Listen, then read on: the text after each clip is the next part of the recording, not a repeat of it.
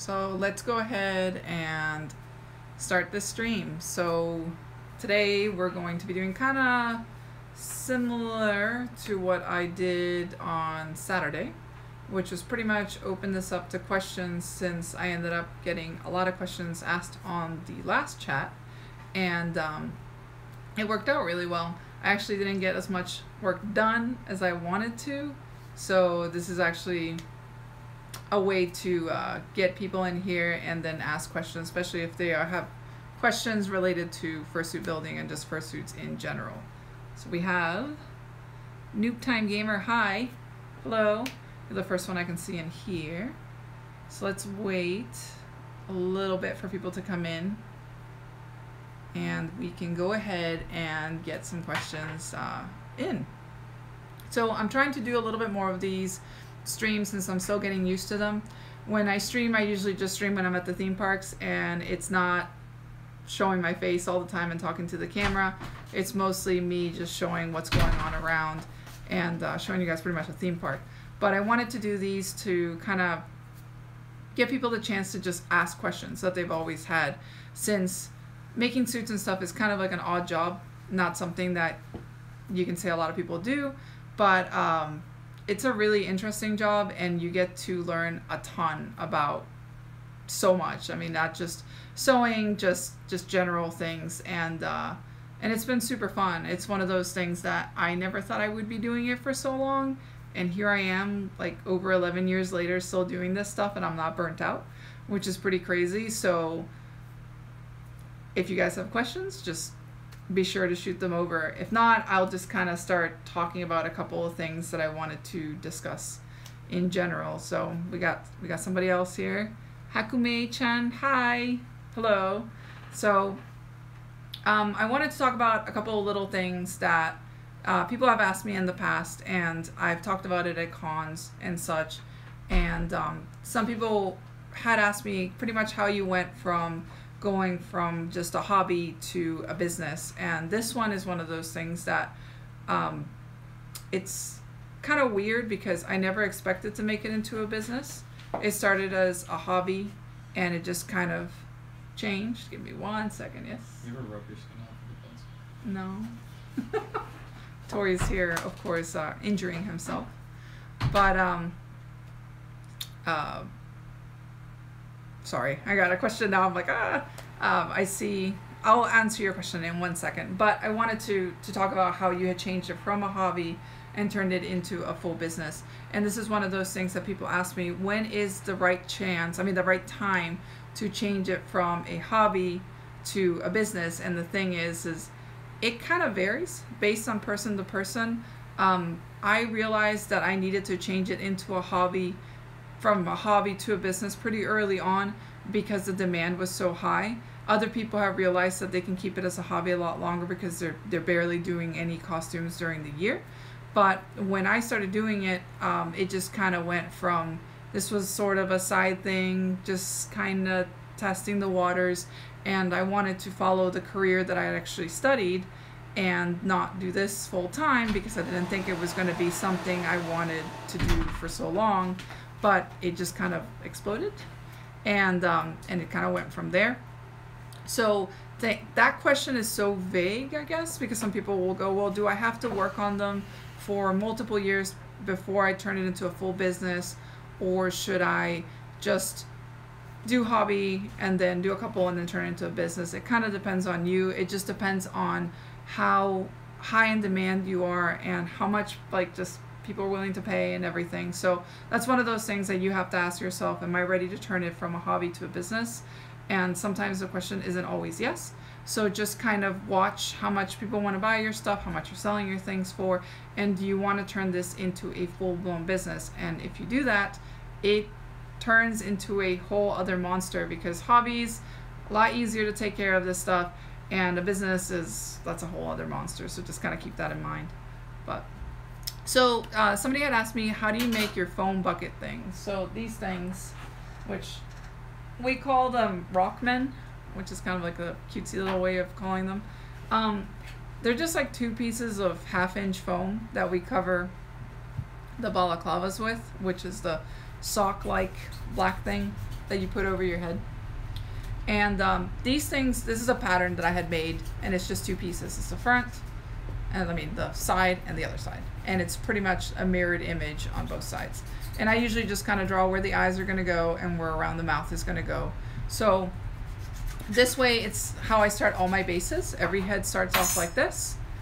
There's not much to see inside because it's just black. But I end up cutting out the holes and the mouth, but before I do that, I build the muzzle, the eyebrows, the cheeks, and everything on it. So this is just 1/2-inch foam glued onto a balaclava. You can either use like Super 77 or hot glue. I changed over to hot glue. I used to use Super 77 all the time, and it kept on tenting in areas, especially some of my older heads. I found out that was a big issue, so I went back to hot glue and it worked out better. So they start off like this before they turn into like that. Because the resin heads, that's something completely different. For the resin heads, I don't make my own resin bases. That's something to keep in mind. I do buy all my resin bases from DVC, Dream Vision Creations. I buy teeth and some of the noses, not as much from her anymore. Some of the toony noses I used to buy in the back, way back when, and her silicone tongues. Most of the stuff for the resin heads, and they're excellent. That way I don't have to bother with casting any of that stuff. Oh, Vatra, I will be at MFF, so yeah, maybe. It just depends on which costume I have at the time. Let's see. Oh, and he is from the UK, so hello, Vatra. I forgot you were, for some reason I thought you were from the US. But the other thing I wanted to kind of quickly talk about was we have different styles. We have plastic eyes, and that one doesn't have eyelids. Because I showed this one on Saturday, and it was like crazy big eyes. And those are plastic eyes, and I would say, me personally, those are my favorite. I love plastic eyes. I just think they're really cool. They're the closest to just straight up toony heads, and I just think they're really cute.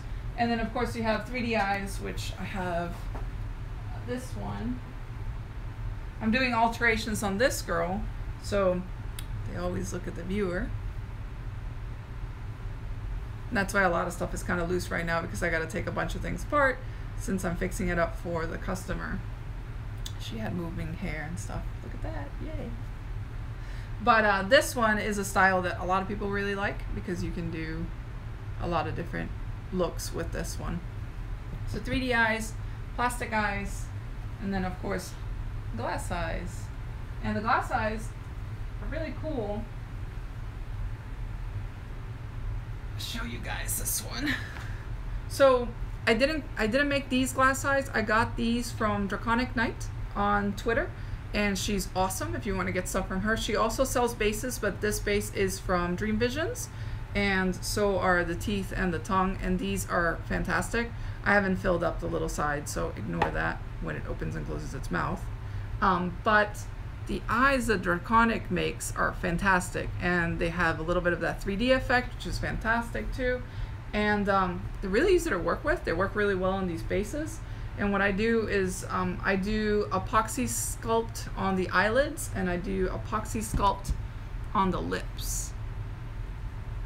And it actually comes out really cool, and it's really durable. It adds a little bit of weight, but it's not too bad, and it works really well with the resin bases. So it's something I like to do on the harder bases, and these heads are hard. So you have to add a lot of padding inside for these. If not, they're going to kind of slide on your head and hit you, and they get really uncomfortable after a while. But aside from that, it's pretty much these 3 styles. I used to have a style a long time ago, and I want to bring it back based on if people want to see it again. It's the use your own eye style for heads, and those are the ones that you just use your own eyes. It's a really small head, and I used to make them a while back, but the cast that I had broke a long time ago, so I need to make a new one. And then that is something that I would like to offer once more, especially because a lot of people that do Ren fairs and stuff and festivals kind of like EDC would like to use that sort of thing, so I want to offer that again. Oh, Cassandra says, hello, I just want to say I love your work so much. I'm hyped and honored to be a fellow Floridian with a maker as awesome and talented as you. Well, thank you, Cassandra. Oh, that's really sweet. Oh, Batra. I'm going to have more bags. It's one of those things that I'm doing a whole mix, literally bag of things that I'm going to be offering pretty soon, actually, because I wanted to offer different designs for shirts and lanyards and like bracelets and all sorts of cool things that I'm going to literally be doing giveaways for a lot of this stuff, especially if you guys come to my stream, because I like to give stuff away and you guys seem to like it. And the last stream I actually gave out a t-shirt and a bandana as well, because I want to give you guys goodies, because you guys come in here and want to hear me talk, so I think that's fun. Oh, Ethan's back again. Hey, Ethan, you were here on Saturday, which is really cool to see more of the same people that were here on Saturday. So yeah, if you guys have any questions, be sure to ask them, because I will answer them. If not, I'm just going to talk about the things that I know people have asked me at cons, so I'm going to try to answer as many of those as I can. So I have some questions. Cassandra, I know you do full suits specifically, but is it a permanent, or do you think future consider making partials? So I've gone to full suits mostly all the time, just because I had a lot of issues with doing partials and matching the parts, and that's kind of the big thing. A lot of people were buying partials, and then 2 years or so down the road they wanted to buy the body, and the biggest issue was that they were not matching. Like the furs, the fur lots, the fur dyes were just completely changing, and it looked terrible. And I didn't know how to tell the customer, like, hey, the brown fur that you used is either no longer available, or the dye lot is very different, so it's not going to match your bodysuit. But it doesn't mean I'm never going to offer them. I will probably offer them here and there. The thing is a lot of return customers will ask for partials, and I will give it to them, just because people who have bought full suits before kind of have first dibs on wanting to buy stuff that I don't usually offer. But I will maybe offer them through auction. I'm not sure. It's kind of like how I do head auctions, because I don't like to offer those just regular commission, because I did that a while back. And when I did that a while back, I filled up my list too much and I took too much work on that. So I'm going to maybe do that through auction. So I'm not sure. I'm not going to say anything as a permanent no. It's kind of like the same thing with padded suits. At the moment, I'm not open for them, but if I do open for them, they'll be very limited, just because they take a lot longer than doing the non-padded costumes.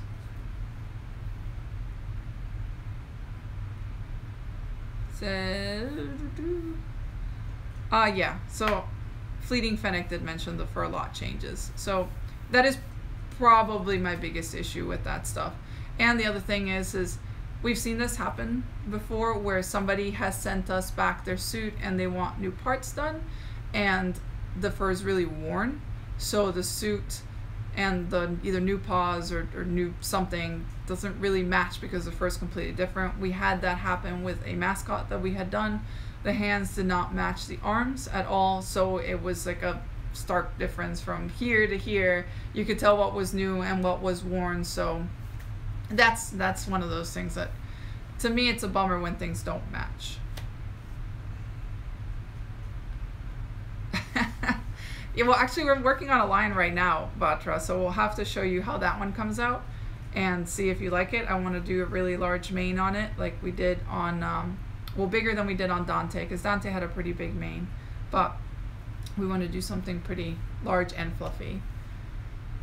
So how many slots do you typically take at a time? So I used to take a lot more slots before. I take very, very few nowadays. I take about 5 every time I open.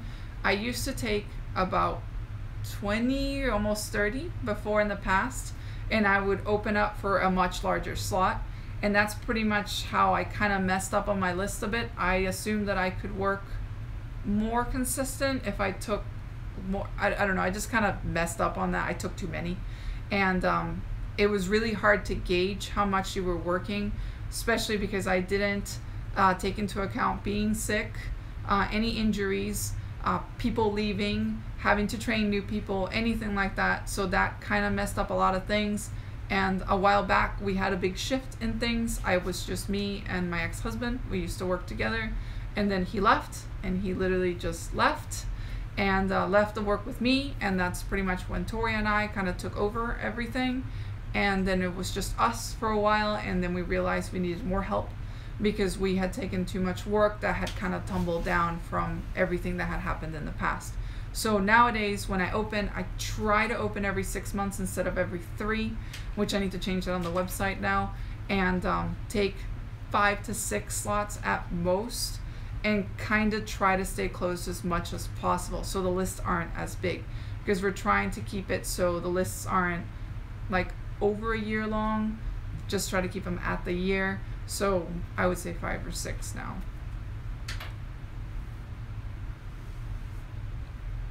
The head up there is a friend of mine, so I have to fix it. If you want to grab that one, make sure that one doesn't fall down. He wants to see, not that one. Yeah, put that one aside. Yeah, that one.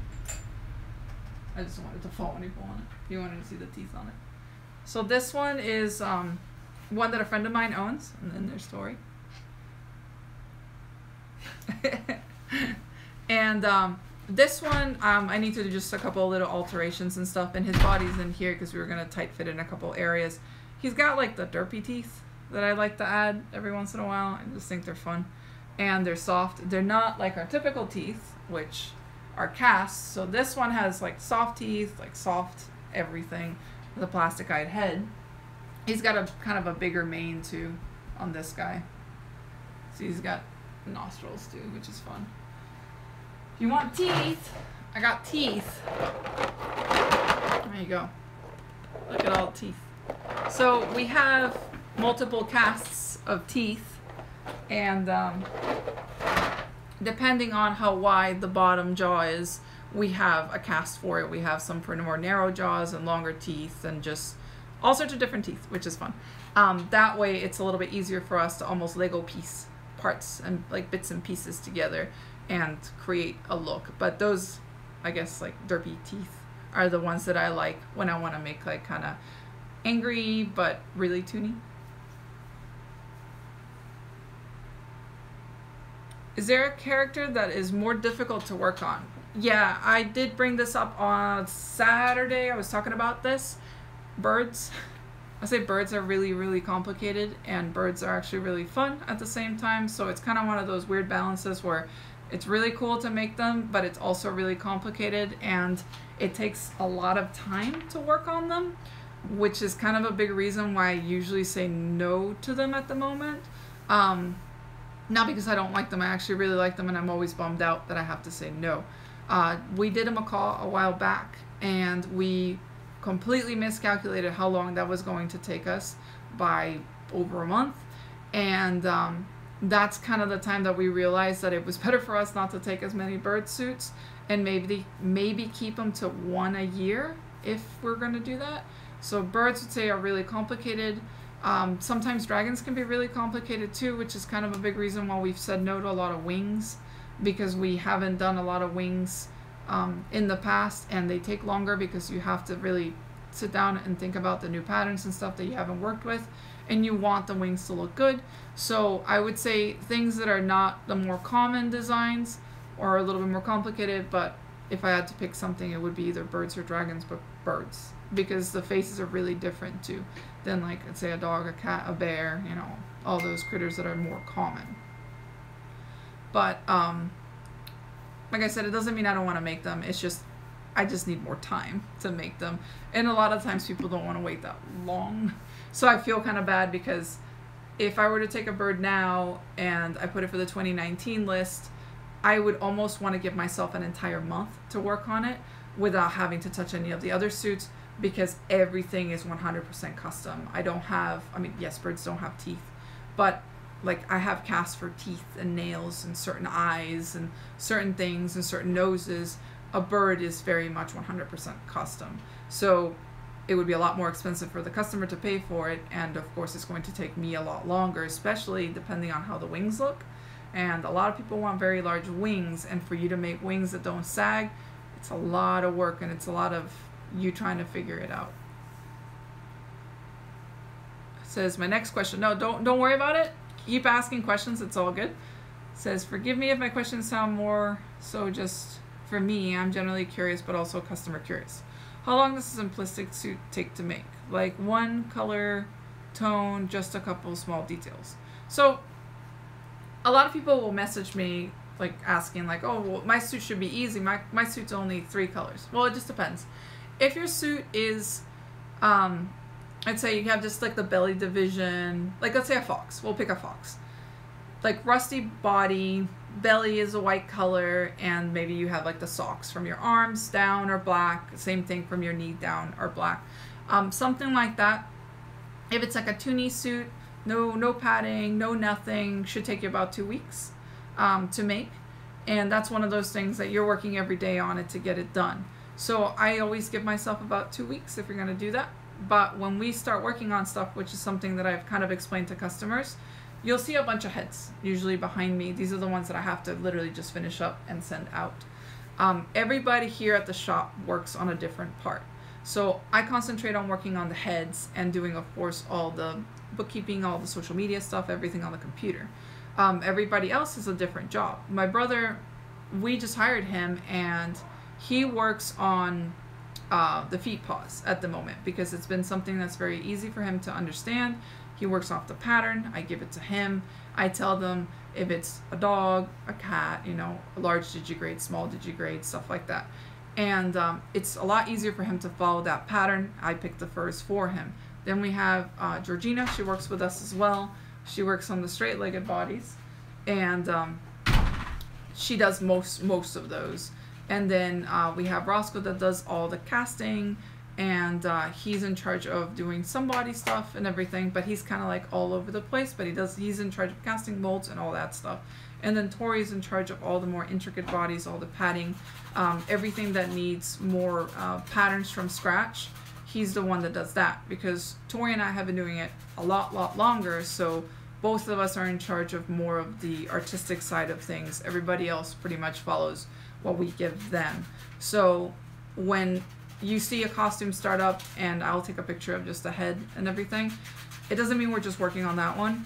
It means we're working on about like 20, 25 or so of them at the same time, and then we're just getting all the pieces together so we can send them out. So it should answer your question, sort of. Let's see. I'm the coolest. So Ethan says, will you make another Latin Vixen suit in the future? If so, what style will you make her in? No, I don't want to, actually. So I used to make a Latin Vixen suit almost every 2 years or so, maybe every year for a while. I kept on changing the head, and I went from having a 3D-eyed head, and then I had like glass eyes, and I had use your own eyes. I mean, I've had all sorts of different versions of her, but the problem is I don't like to keep my costumes. I don't like to keep any costume that I own for more than like maybe max 2 years.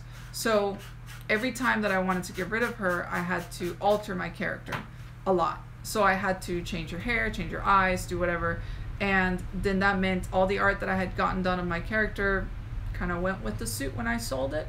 So for me, it kind of didn't make any sense, because I rather create new costumes, show them off, keep them for a little bit, and then sell them, and then do it again, do it again, do it again. So that way customers are seeing like the newer stuff that I have available, and then that way I can test things that I don't usually put on customers' suits to see if they work, if they're gonna fall apart. Because if something is faulty, or something is a mess, or it took too long to make, at least I can test it on myself, see if it's something that I would offer or something I would never offer again.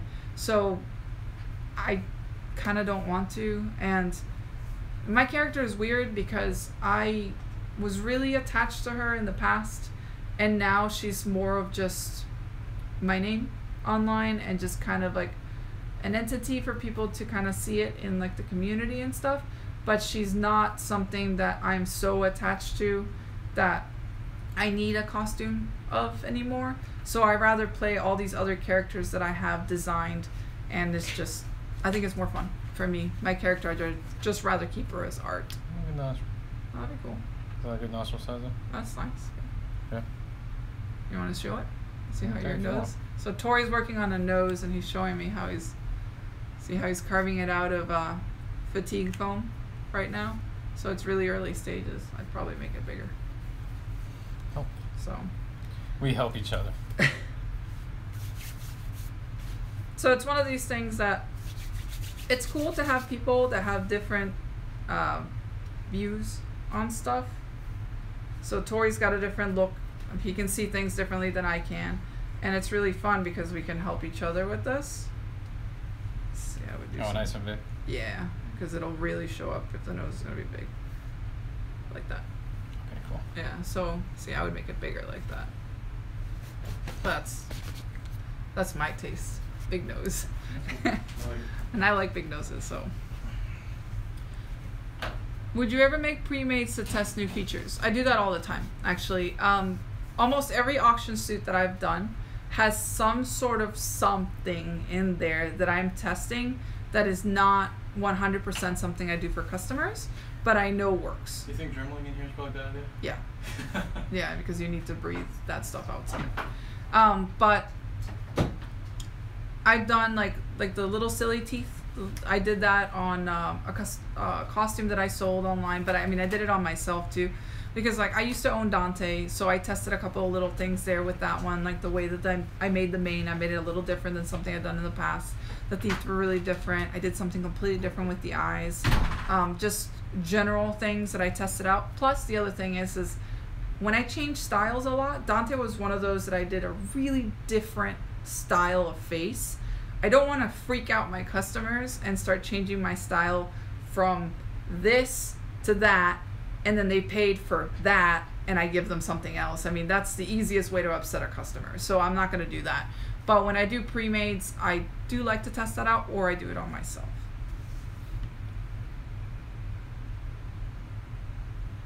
You want indoor paws from me? You know you can email me if you want indoor paws. We do open for those from time to time. Just email me. I can make them for you. Let's see. Oh, what cons are you planning this year? So I had EF planned and it fell through. I was really sad about that, but you know, you gotta take care of some stuff here at the house. I have a lot of things going on with my home and everything, and earlier this year I had kind of a termite invasion at my house, and that was a very expensive fix, so that's going to be hitting me probably the entire year. So I had to kind of say no, and there's a couple other things that just popped up, and I canceled that one. So I will probably be at Megaplex for one day, at least for Saturday, just because it's such a hot convention that I don't like suiting at that con. It's just, it's too warm for me. So if I don't suit at the con, I kind of don't like to stay around, which is kind of weird. But so I'll probably go just Saturday to Megaplex, and then after that will be MFF. MFF is a for sure. Aside from that will be JMOF right after in Japan. So pretty much MFF will be my next major con.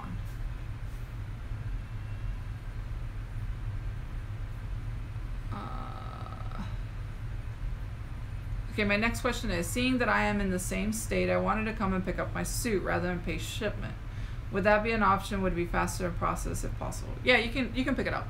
I have a shop, so I don't make my shop open to the public because it's just more of a privacy thing and a safety thing. I just don't want people to just randomly show up.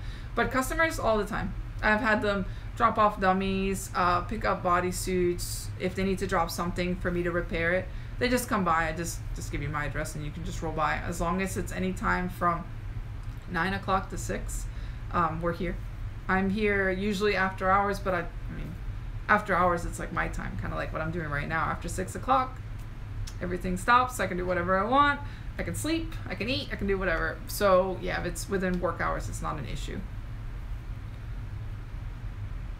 Yeah, the termite issue. I posted a little bit online about it. I didn't post all the horrible videos of all the buggies that we found. That was kind of a mess that happened in the garage.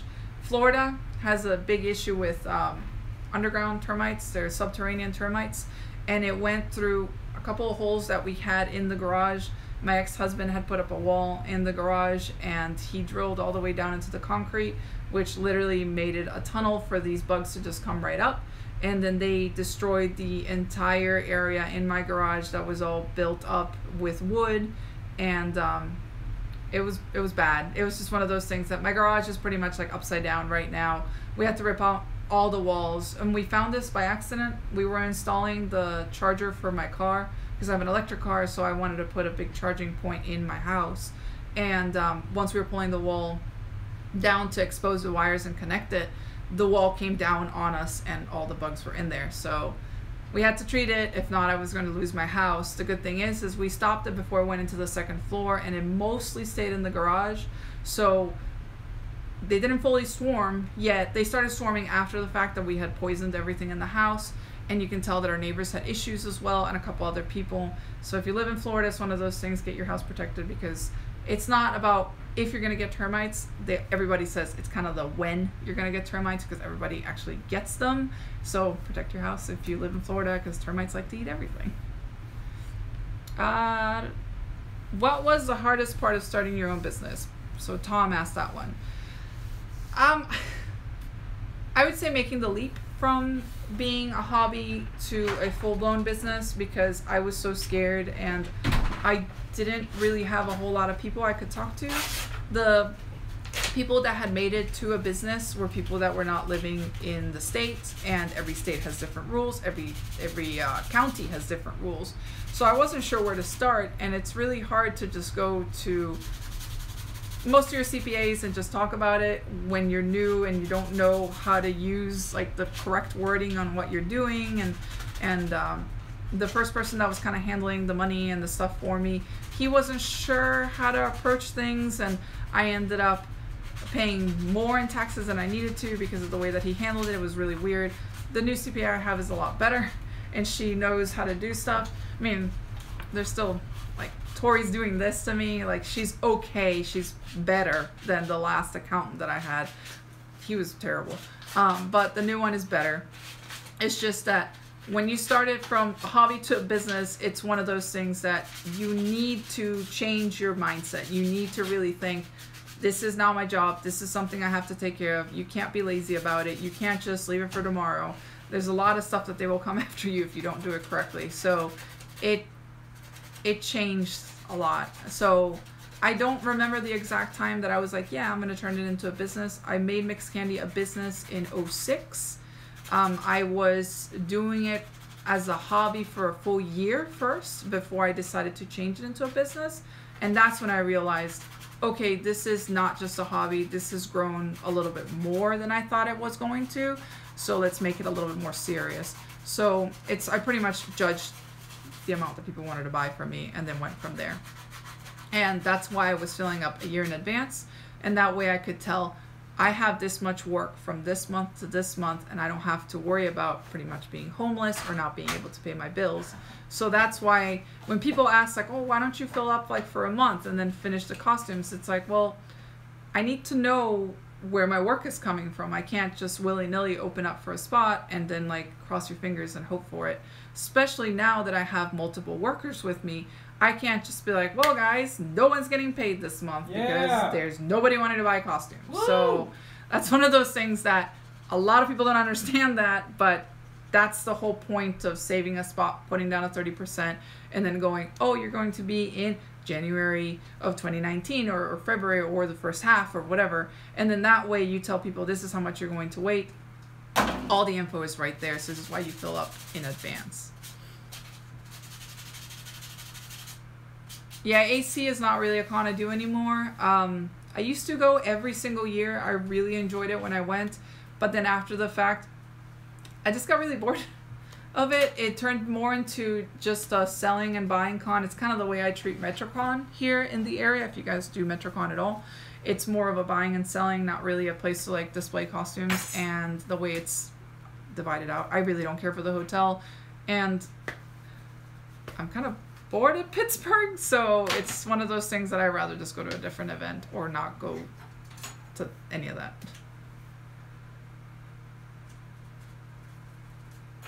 Question. This is by Aphilonius Noir. I hope I didn't mess up your name. I probably did. What has been your more challenging design that you worked on, and what did you learn from that experience? What do you think was the macaw?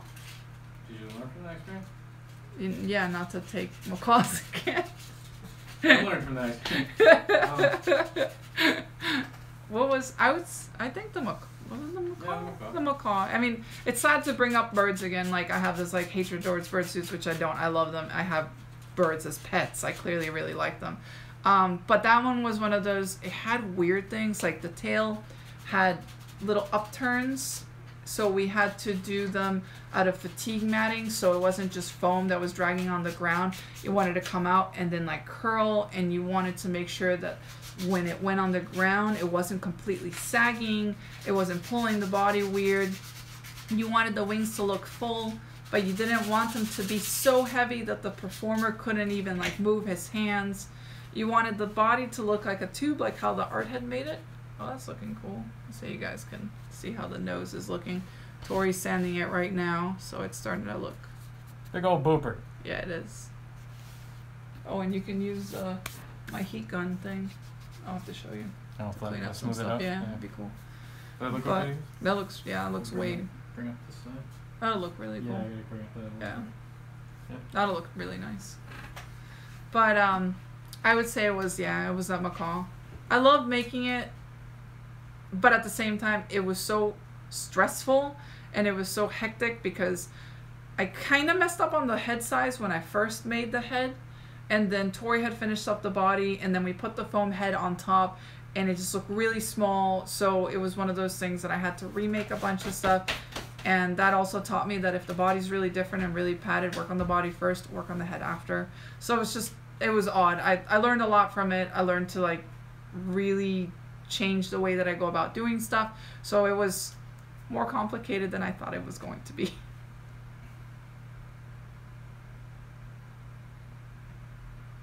So for updates, the way that I do it through email, but sometimes my email is really slow if I'm doing a lot of builds, so I have Trello and I have my Telegram chat. So the Mixedcandy chat is where I try to keep everybody up to date, especially if I am being slow in email.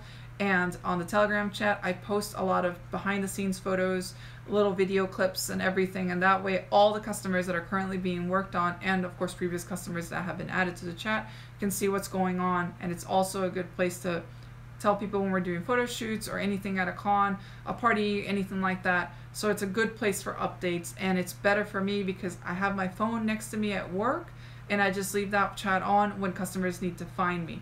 I try to keep that chat off after hours because I like to just not think about work until I'm at work.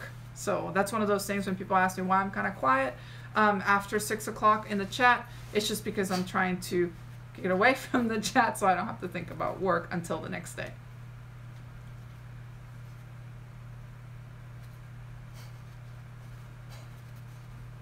So Suddies says he wants tips on making a full body. Well, you can ask what you want. It's just I can't really tell you exactly how to do it. It's one of those things that there's so many tutorials out there, and YouTube is amazing. But it just kind of depends on what you want to do, because I can kind of help you a bit here through me talking to you. What kind of tip? It just depends on what he wants. He says he needs help. Starting out, or? Yeah, you might want to be a little bit more focused on the question on, like, exactly what you want help in. There's a lot of factors. Exactly, it's a lot of factors, and especially, like, digigrade bodies are completely different, and of course non-digigrade bodies, it's just a lot of different stuff. Well, I'm glad you like it, Ethan. Yeah, see, Ethan says the Telegram chat is the best. It is easier for me to keep people up to date on there. The emails, when I was trying to, like, type every single person out, sometimes I would have the issues, like the email would bounce, or I would write it wrong, or I was sending emails and I had to wait for the response from the person and they wouldn't check their email right away. So it's kind of like a big mess. I still do, of course, everything through email, but the most up-to-date stuff, I usually do it through the chat because it's just really easy. And the Trello has given me that ability to tell people, hey, you're around this month. You might be shifted a little bit here and there depending on people and stuff, because we lost people here, and then we're training my brother at the moment. So during this weird transition time, it's one of those things that if you get shifted a little bit, it's just because we're training somebody and we're making sure that that person doesn't make mistakes. So that's kind of the thing with the Trello. It's been good. I want to update it even more. I just haven't even had the chance to do so. So I literally have people's first name, maybe like the letter of their last name, and their character name, because what I want to do eventually, when I have a little bit more time, I'll have to do it a weekend or something, is add everybody's concept art so people can see and who they're being worked on, because there's a lot of costumes being worked on at once, especially because we're working on a backlog, and the backlog is pretty big. So that's why I have everything out in Trello so people can see.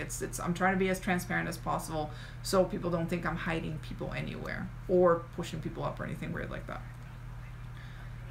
Oh, it says I heard the bird squawk. Yeah, I have one bird here right now. You might want to put her to bed. Yeah, because she's sleepy. She'll start squawking when she wants to go to bed, which is, okay. She's cute. You can see show baby. So we showed her. Wait.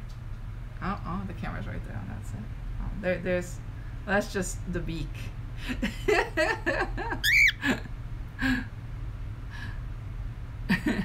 So that's Mona. She's my oldest bird. She's 16 years old, and she lives here at the shop with us, and she's going to bed right now. PD decided to be not in his best behavior this morning, so he stayed home. They come home on the weekends, and during the week they live here with me, and they keep us company while we're working. Let's see. So Saudis, what do you want to know about digigrade bodies exactly? I do have one more business related question. What's something that you use to help figure out your budgeting? I often see you go to Japan, and I've been there too, and I really want to go back. So I love credit cards with miles. So what I've done is I try to get credit cards for the business that make the most sense. Of course, try not to let your credit card get out of control, because I mean that's when you really get into trouble. But if you can get a business credit card that gives you miles, I have one of the Capital One business cards. It pretty much makes it so every single time I've been to Japan, it's been for free. And same thing with the Airbnb, you can pay for it with miles. So that's why sometimes it looks like I can go to not cons, because cons is a little bit more complicated with it. Go to Japan, because Japan's been my thing lately, and not pay for it because I pay for it with miles. So that's pretty much how I budget that stuff.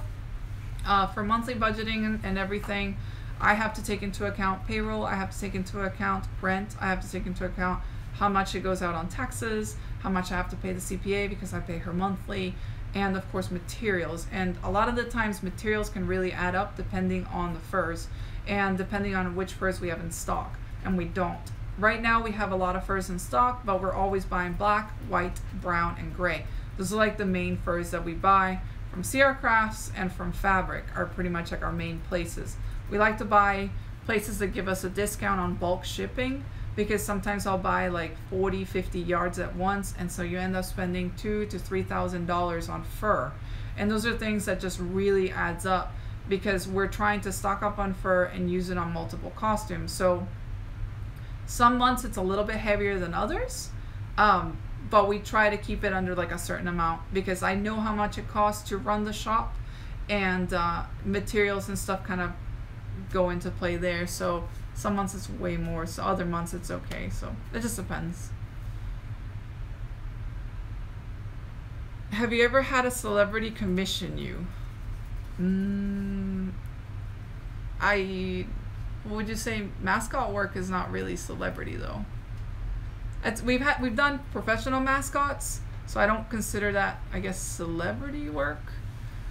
So TLC wanted to interview this one. yeah, I mean there's been TV opportunities, but as much as you guys know how much the fandom isn't spoken very well of in the news or anywhere on TV, so I'm always very skeptical when I get approached by different news networks asking for anything that is related to the community, because the thing that I worry about is being a spokesperson for something that I have my personal opinions on and my views on based on my life, because I don't like to speak for everybody as a whole, because even fursuiting is very different for everybody. Fursuit building, everything is very much personal to every single person. So I kind of pull back. We've had people like Tori had mentioned, TLC wanted to do a show with us, and I got really worried about that for a little bit, but then I was like, oh, maybe, I don't know. It didn't go through, of course. If not, you guys would have seen it and heard about it. There's been a couple other little interviews here and there. I've done them with people in like South America and been on the news a couple of times for different things. And it's fine when they understand that it is my views. I only speak for myself. I don't speak for everybody else, because I don't want to be offensive to anybody, and I don't want to make it so suiting is just, you know, just wearing costumes and stuff. For some people it means a lot more than just, you know, putting on a costume and running around. So I wouldn't say we've built any for celebrities, more for big companies we have.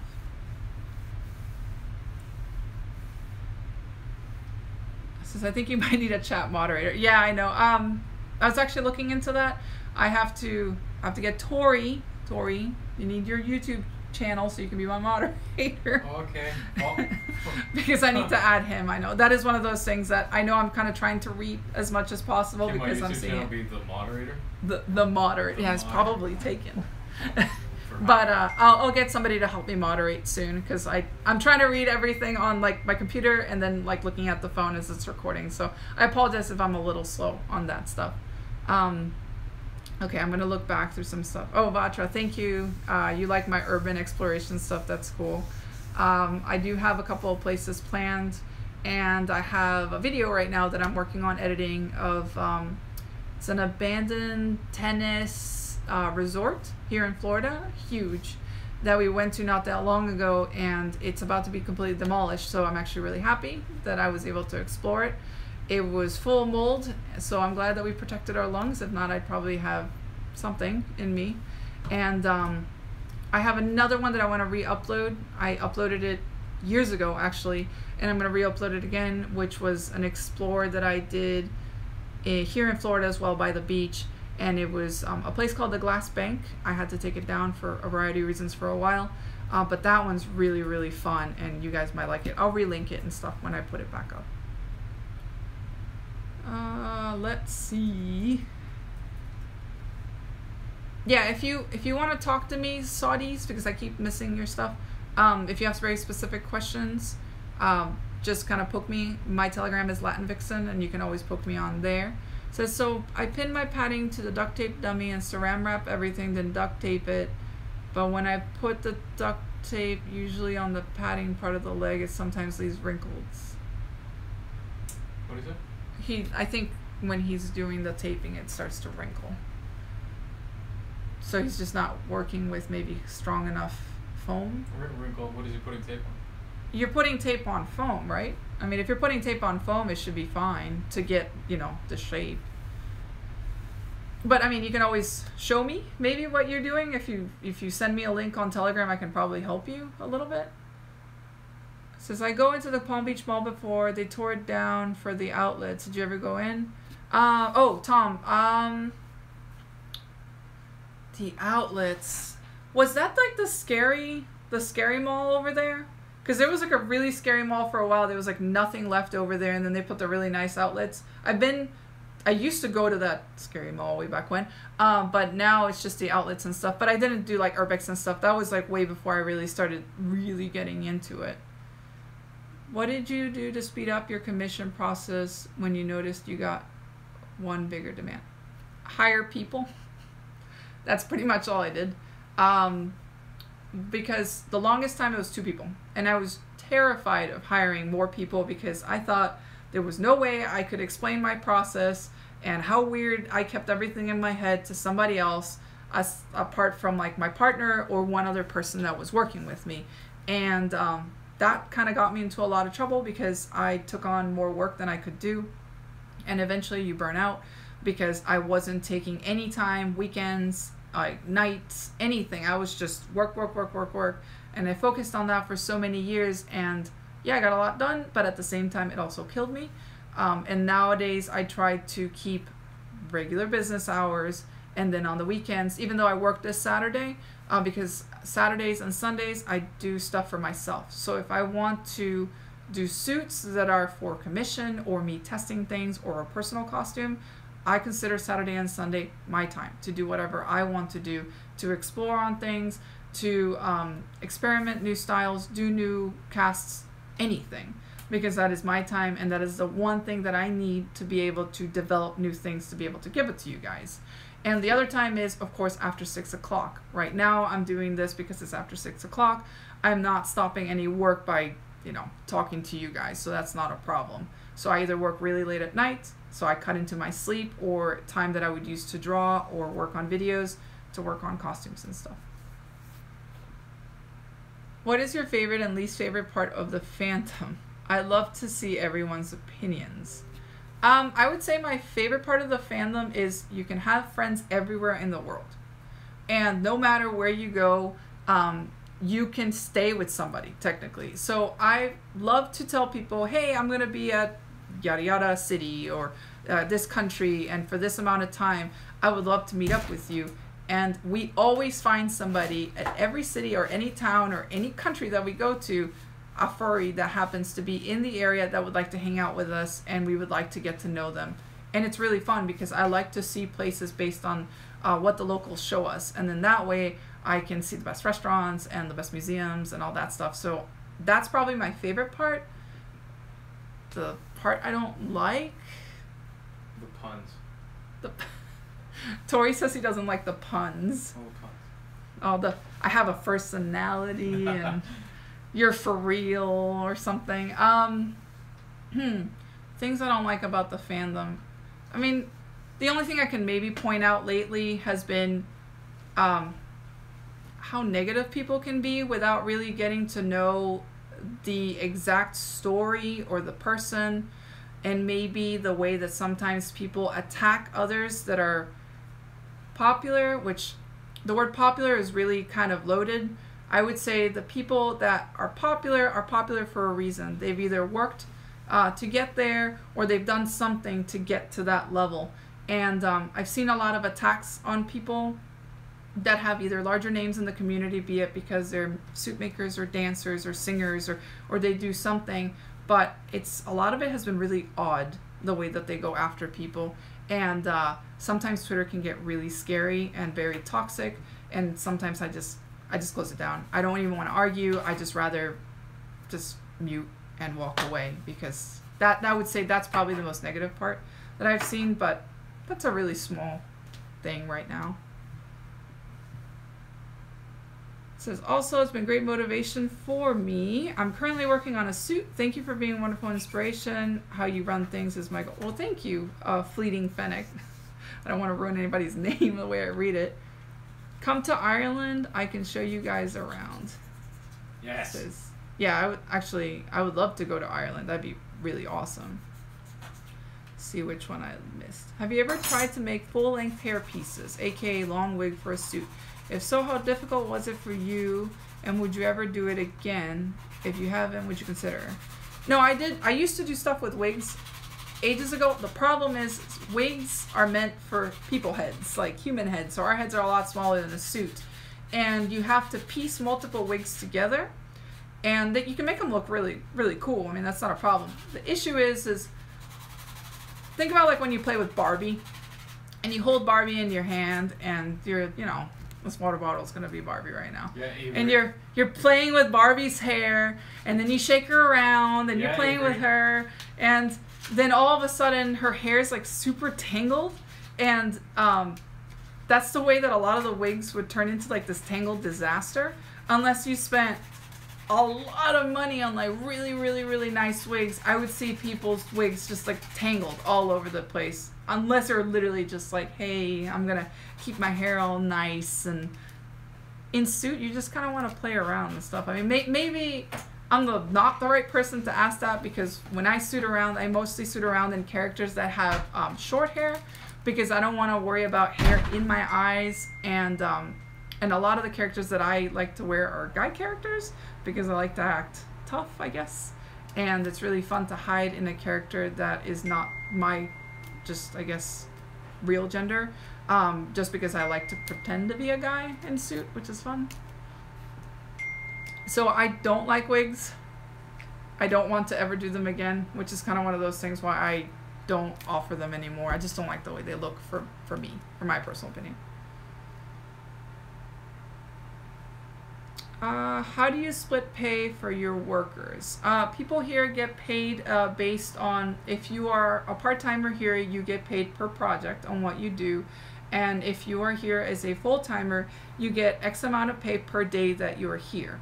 So if you don't show up certain days, your pay gets docked X amount of money. And of course, everybody gets paid a different amount based on how long they've been here, how much they know, and how much they do.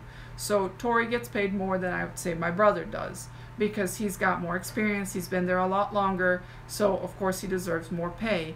I get paid more because I'm the president of the company, because I handle more things, I have more responsibilities. So it's pretty much, we base the pay on experience, what you work on, how much you do, and so and so. And then that way, of course, we agree to all the pricing and stuff.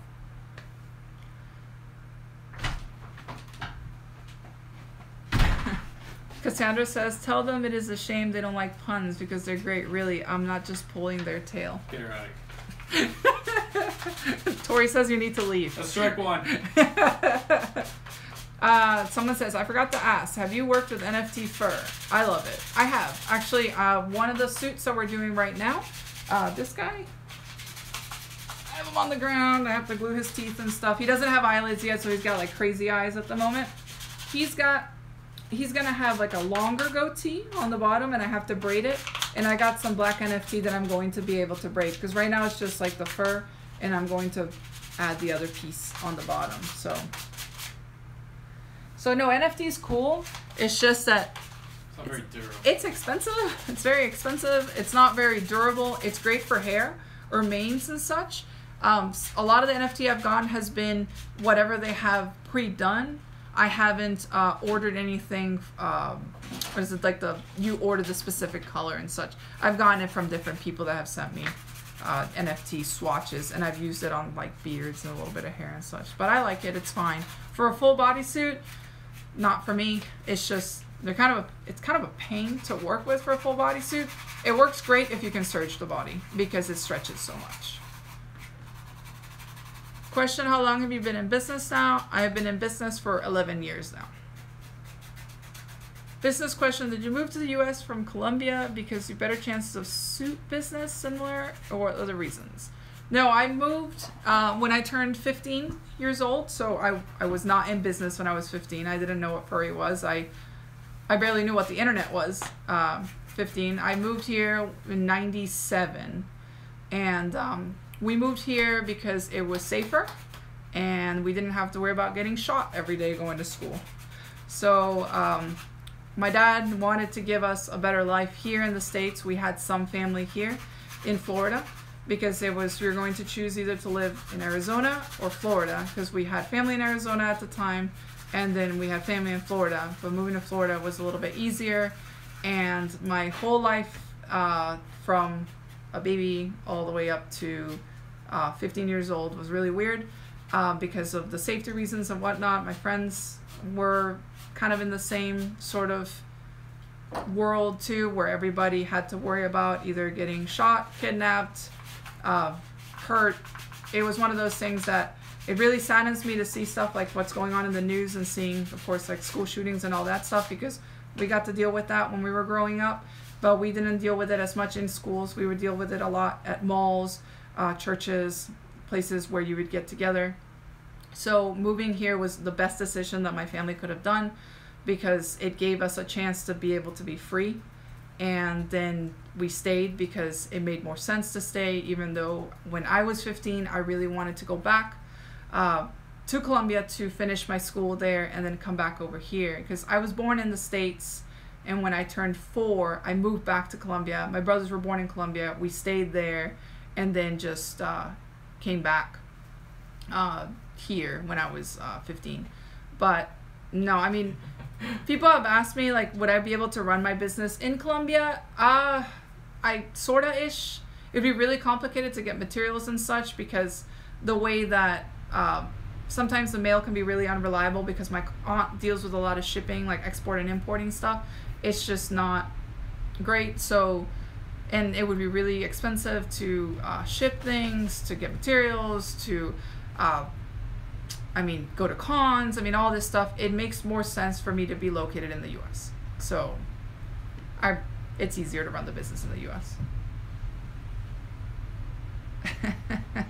Cassandra says, no, don't ban me. If you just gave puns a try, I know you would like them. Oh, in no, fact, I'm positive. No. Oh, there you go. Avery says, oh boy, Tori's going to be furious. I'm gonna leave. At that one. She's like, don't challenge me with these puns. I could go all day. I just think they're possum. Sambers, no! Go away, Sambers, if you're gonna be like that. No. This is horrid. Let's see. It says, so cool to hear, says Birdie. Let me see, yeah. Oh, that looks cool. It says, also admire how well you learn to manage the language. I wish you the best. Oh, by the way, thanks for the reply. I learned English when I was a little kid. My mom said that if we lived in Colombia, we would have to speak English at home.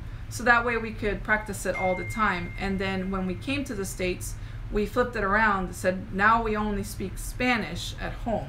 So whenever I talk to my mom on FaceTime, it's always in Spanish. And that way I'm constantly practicing it with my family. And then, of course, back and forth, back and forth. And now my brother and I are learning Japanese. And it's really fun because Japanese is very similar to Spanish in a way. The way the things are pronounced are very much how you would pronounce it in Spanish. So it's actually kind of cool, and it makes a lot more sense, which is odd. So now I'm learning how to read that, and I'm actually having a lot of fun with that because I would like to be fluent in 3 languages. I used to speak a little bit of French, but it's so gone now because a lot of my family speaks French. So I just have 2, and I'm trying to learn my 3rd right now. Oh no, Batra, he will come in the chat and punish you. Punish you, Tori. I don't like these people. Terrible. My Telegram name is Latin Vixen. If I don't respond to you right away, it's just because I'm busy, but I'm always around. So just send me photos of what you have done, and then that way I can kind of tell you sorta-ish how to help you as much as I can. Oh God, such torture, Tori. Torture. It's Avery's fault. Oh, cool. See, someone can speak it. Yeah, it's weird. I'm trying to learn it the other way. I'm trying to learn it by reading it and writing it and then learning how to say stuff because I was having a lot of issues last time I went because all these people came up to me at JMOF and they showed me their badges and I just said, pretty character. I can't read your name, and I walked away because I felt like an idiot. So now I can actually spell them out, and it'll be pretty cool because that way I can actually remember people's names and find them on Twitter. So baby steps, which should be fun. Oh God, hair-raising puns. No, these are so bad. Fur-raising puns. The fur-raising? But let's see. Oh no. My streaming thing, it says my health is low. My poor internet connection. But I think we're gonna have to wrap this up because Tori wants to go get something fun today, so I have to go help him with that. Yay. And I wanted to kind of keep this at the hour. Last time I kind of dragged it on for a little bit longer. So to kind of wrap this up, and hopefully you guys like this, I will have a moderator next time because I do feel kind of weird. Like I'm trying to read all the questions and I'm missing a bunch of them. So what I'm going to do is assign a moderator, hopefully by next time, get that going. But because it is the end of this stream, I wanted to throw it out there that if you want to get a free Mixedcandy shirt, I'm going to pick one of you guys randomly. The only thing that you need to do is to follow my YouTube channel to be able to participate in this, and either follow my Latin Vixen or my Mixedcandy Twitter. So it's at Latin Vixen or at Mixedcandy, and then DM me that you would like a t-shirt and the size. And that way I will pick somebody tonight and then I will add them on either one of those accounts. So find me on there, Thank you so much, everybody, for coming in. Everybody who made a pun, Oh. don't bother. And according to Tori, everybody who made a pun, don't bother. But that's not cool. Everybody is eligible for it. It doesn't matter if you live in the U.S. or not, because I will ship it to you free of charge. This is kind of like one of those fun things. Just tell me your size. So please tweet at me either at Latin Vixen or at Mixedcandy, and do it through DM so I don't fill up the whole Twitter. And then that way I can pick somebody tonight. It was awesome talking to you guys. I hope you guys like this. I will try to run this maybe once a week because it's actually really fun. And I will see you guys probably next week. I'll see you guys later. Bye.